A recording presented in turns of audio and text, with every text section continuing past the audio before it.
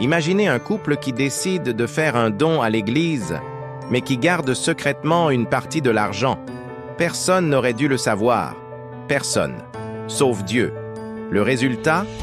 Ils tombent morts sur le champ, devant toute l'assemblée. Cette histoire vraie, tirée du livre des Actes, nous bouleverse encore aujourd'hui. Elle nous rappelle une vérité qu'on préfère souvent oublier. On peut tromper les hommes, mais jamais le Saint-Esprit.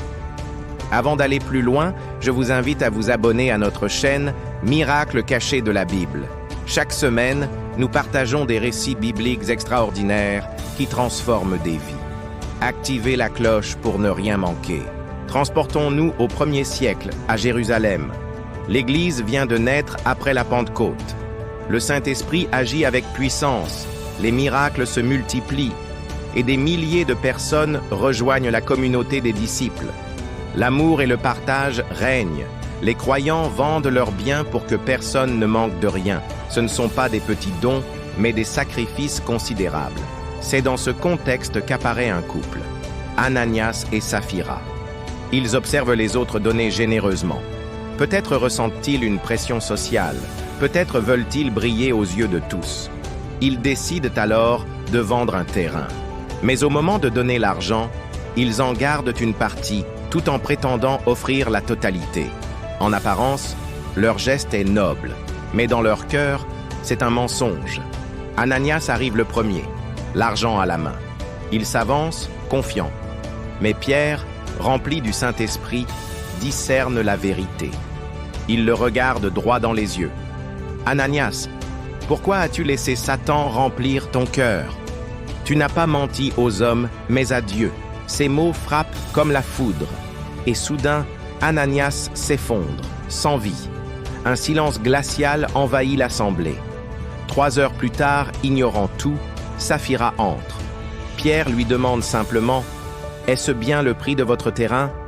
Elle confirme le mensonge. Pierre lui annonce alors « Ceux qui ont enterré ton mari sont à la porte, et ils t'emporteront aussi. » À l'instant même, elle tombe, morte. Cette histoire nous interpelle profondément. Le problème n'était pas de garder une partie de l'argent, ils en avaient le droit. Non, c'était leur duplicité, leur désir de paraître plus spirituel qu'ils ne l'étaient. Aujourd'hui encore, combien cherchent à projeter une image parfaite sur les réseaux sociaux, à masquer leurs faiblesses derrière une façade de spiritualité. Dieu ne nous demande pas d'être parfaits, mais d'être authentiques. Il préfère notre honnêteté à nos masques religieux. Si Ananias et Saphira avaient simplement dit la vérité, ils auraient vécu. Mais ils ont choisi le mensonge, et ce choix leur a coûté la vie. Cette histoire nous invite à nous examiner. Sommes-nous vrais dans notre foi, nos relations, notre travail? Vivons-nous dans la transparence ou manipulons-nous les apparences? La vérité libère, le mensonge enchaîne.